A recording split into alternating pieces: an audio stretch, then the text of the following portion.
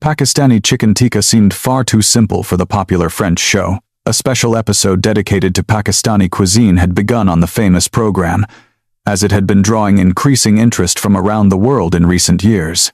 The expectations of the hosts and the audience were particularly high, but as soon as an image of chicken tikka, the dish set to be featured, appeared on the screen, the show's participants froze, then burst into laughter. Is that really the dish? Where is the grandeur? Like a biryani? Dismissive words and gestures filled the entire studio. The atmosphere, once filled with anticipation, turned to one of disappointment, but at that moment, something happened that completely turned the tide of the program. A genuine Pakistani charcoal grill, brought straight from Lahore, appeared on stage, and next to it stood a man who, under the warm lights, silently fanned the coals in his grill. As soon as he started grilling the first skewer, the laughter in the studio died down. What happened? And how did Pakistani tikka win them over? Let's find out together. This story took place on a famous French culinary show called Flavors of the World, which introduced viewers to the gastronomic cultures of different countries and had become a must-watch for all food lovers in France. This time, the chosen location for filming was Pakistan. As soon as this was announced, a wave of excitement swept through the studio. The show's participants discussed their ideas of Pakistan: biryani, nihari, karahi, halim. Everyone expected to see exquisite and complex dishes from a country they called the enigmatic culinary soul of the East. But the atmosphere changed abruptly when the name of the dish appeared on the studio's giant screen. Written in Latin letters was chicken tikka. Chicken tikka on skewers, a Pakistani street food, explained the host, Pierre. For a moment, silence fell over the studio. And then came smirks and whispers. To the French, a chicken dish was meant to be grand, impressive, and appetizing. Whether it was a whole roasted chicken or a festive goose, to them, a small piece of chicken on a skewer seemed like nothing more than a simple snack. To make matters worse, Pierre's joke added fuel to the fire. This Pakistani chicken looks a bit basic. His words quickly spread through the studio. Even the audience members couldn't hold back their laughter. Some guests shrugged. Others widened their eyes, staring at the screen. Everyone was baffled as to why chicken tikka was chosen, looking at the screen with cold curiosity. Pierre, sensing the tension in the studio, forced a smile and continued with the show. At that moment, the atmosphere was thick with disappointment, bewilderment, and disdain. I've heard that tikka is a soul food that Pakistanis dearly love. Pierre's words only made the show's participants shake their heads. So Pierre decided to talk about the history of tikka. Tikka is a dish with a long history, originating from the Mughal era and spreading throughout the subcontinent. Initially, it was food for royalty and soldiers, but it later became popular in cities, becoming an essential part of gatherings and celebrations, especially as chicken became more accessible. Street-side grills appeared on every corner, and tikka became a dish familiar to everyone. When Pierre finished his story, one of the guests spoke up. I understand it's a dish with history, but how can these small skewers be soul food? It's not very impressive. His words drew laughter from a corner of the studio. The atmosphere of contempt for the tikka lingered. But then, something appeared on stage that was meant to change everything. This is a genuine Pakistani grill, brought directly from Lahore, Pierre announced. The realistic atmosphere, as if a corner of Lahore's food street had been transported into the studio, captured everyone's attention. A man stood calmly by the grill. This was Ahmed Khan, a great master of the grill with over 40 years of experience. He had started in this trade as a young boy and had constantly honed his skills. After working in famous restaurants, he opened his own business, starting with a small grill and turning it into a legendary spot with long queues. Ahmed Khan silently arranged the charcoal, added the kindling, and with a practiced motion, fanned the flames. A soft crackle was heard, and the fire roared to life, turning the coals a bright, glowing red. Every step he took, from arranging the coals to controlling the temperature, was precise and unhurried.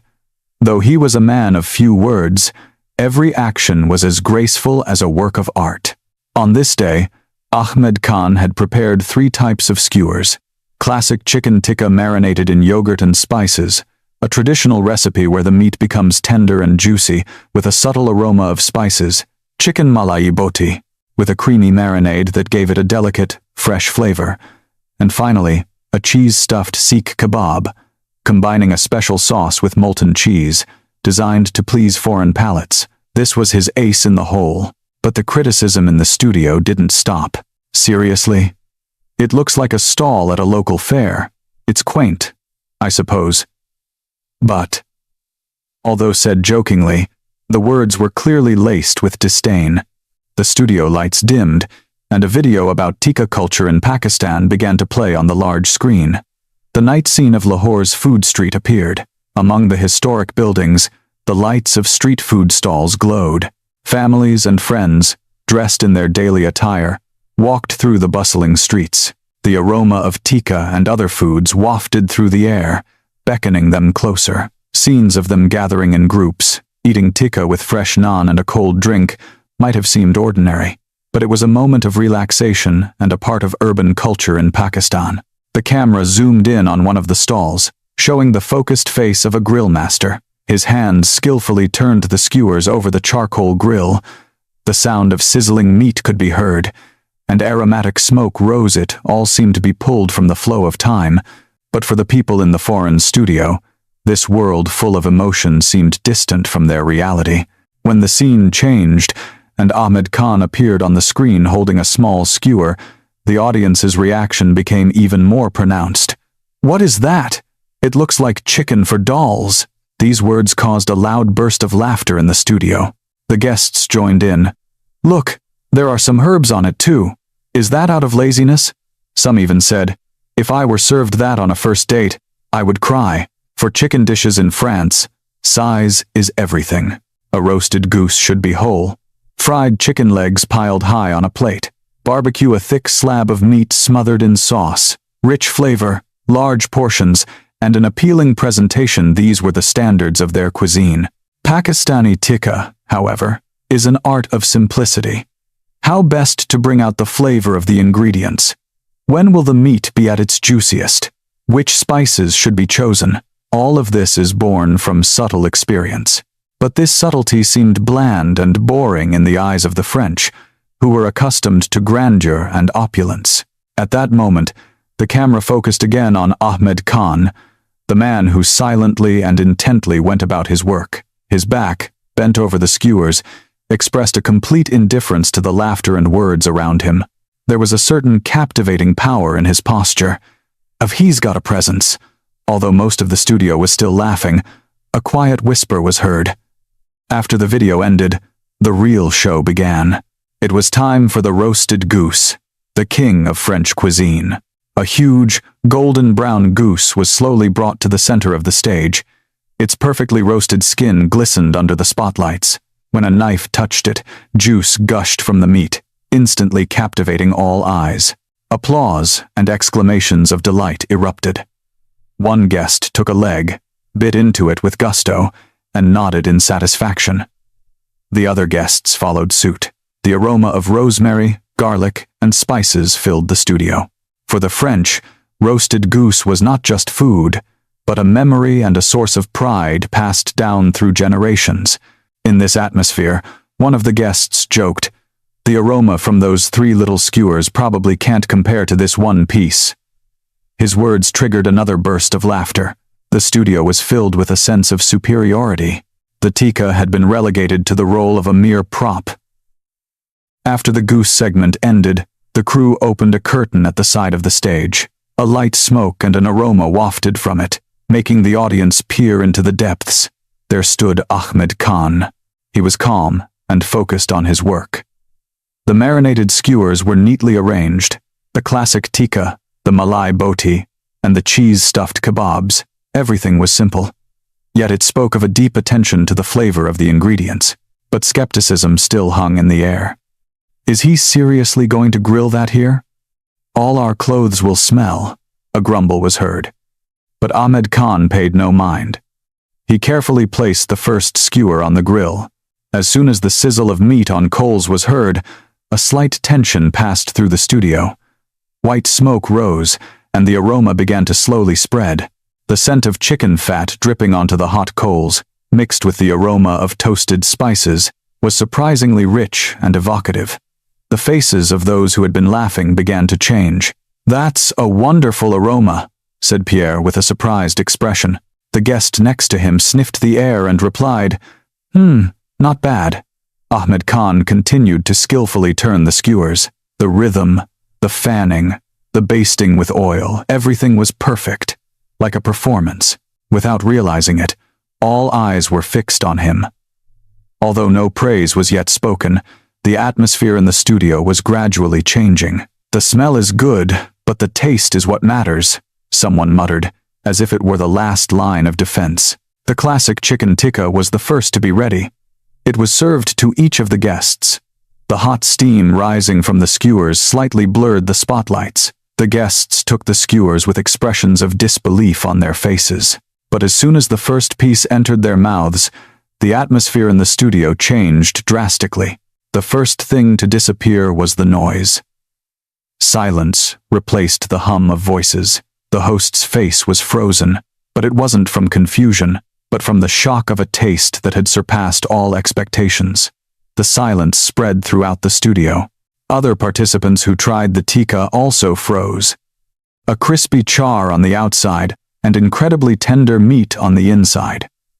The natural sweetness of the chicken blended perfectly with the complex spices.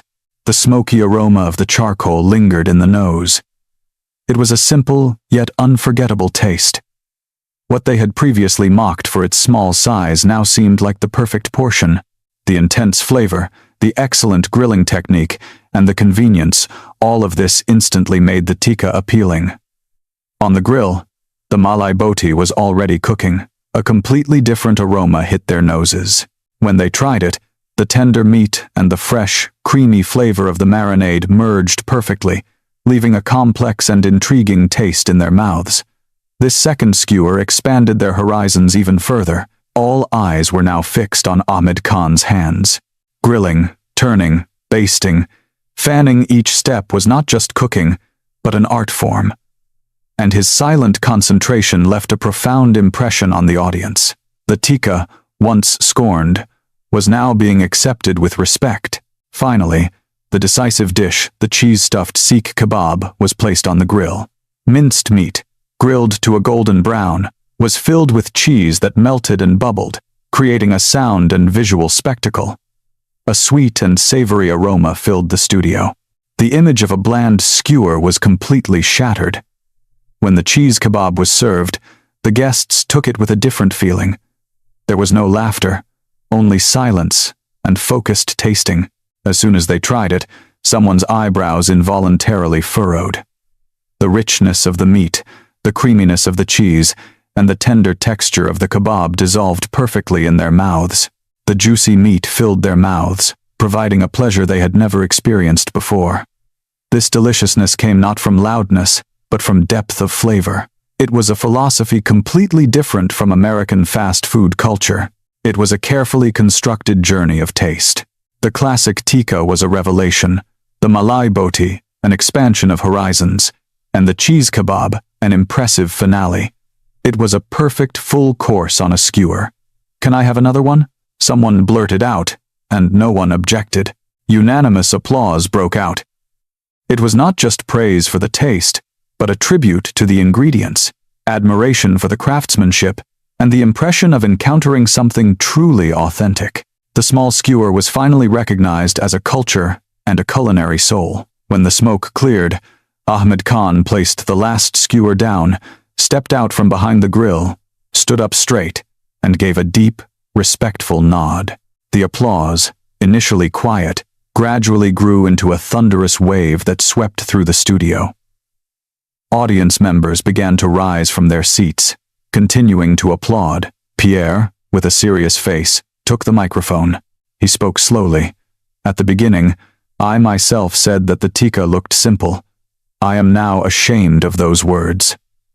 Warm applause erupted again, and at that moment, Ahmed Khan spoke for the first time. His voice was low and calm. Tikka may be a small dish, not luxurious or grand, but the time and soul invested in one skewer are no less than in any other dish, he added. Next week, my student is opening a food truck in Paris. If you have the chance, I would like you all to try it. Excitement spread through the studio. Information about the food truck appeared on the screen. I thought this was just an entertainment show, but no, today, it changed my way of thinking, said one of the guests. Pierre looked at the camera and addressed the audience. At first, I expected nothing, but encountering just one dish can change our view of the world. Today, I experienced that firsthand. A few days after the program aired, at 7 in the morning in Paris, despite the cool weather, a long and quiet queue formed at a food truck. The sign read, Chicken Tikka, in Latin letters and featured a photo of Ahmed Khan's stern face. The young man at the grill was Faisal, Ahmed Khan's student. Though he looked a bit nervous, his eyes were full of determination. On social media, the hashtags #Tikka Revolution and #Pakistani Food in Paris were gaining huge popularity. People who had watched the show came to personally taste the legendary flavor. When the food truck officially opened, Faisal began to grill, silently, but with complete dedication. That day, the menu had 3 items, just like on the show. Classic tikka, malai boti, and cheese kebab. Everything sold out in an instant. At the same time, a debate raged online between Team Mint Chutney and Team Imli Chutney. Real Pakistani tikka must be eaten with mint chutney. It's fresh and authentic. Not true. You must eat it without sauce to taste the true flavor of the meat. These arguments didn't divide people. Instead, they fueled their curiosity, drawing more and more customers to the food truck. Starting with one food truck, the wave of tikka's popularity swept across France. Major supermarkets began to create special sections for Pakistani grill, selling marinated meat and sauce kits. Social media was filled with photos of people making tikka at home. In Paris, high-end restaurants specializing in Pakistani grill began to open, some even earning Michelin stars. The little skewer that was once laughed at had permeated the homes and gastronomic culture of France.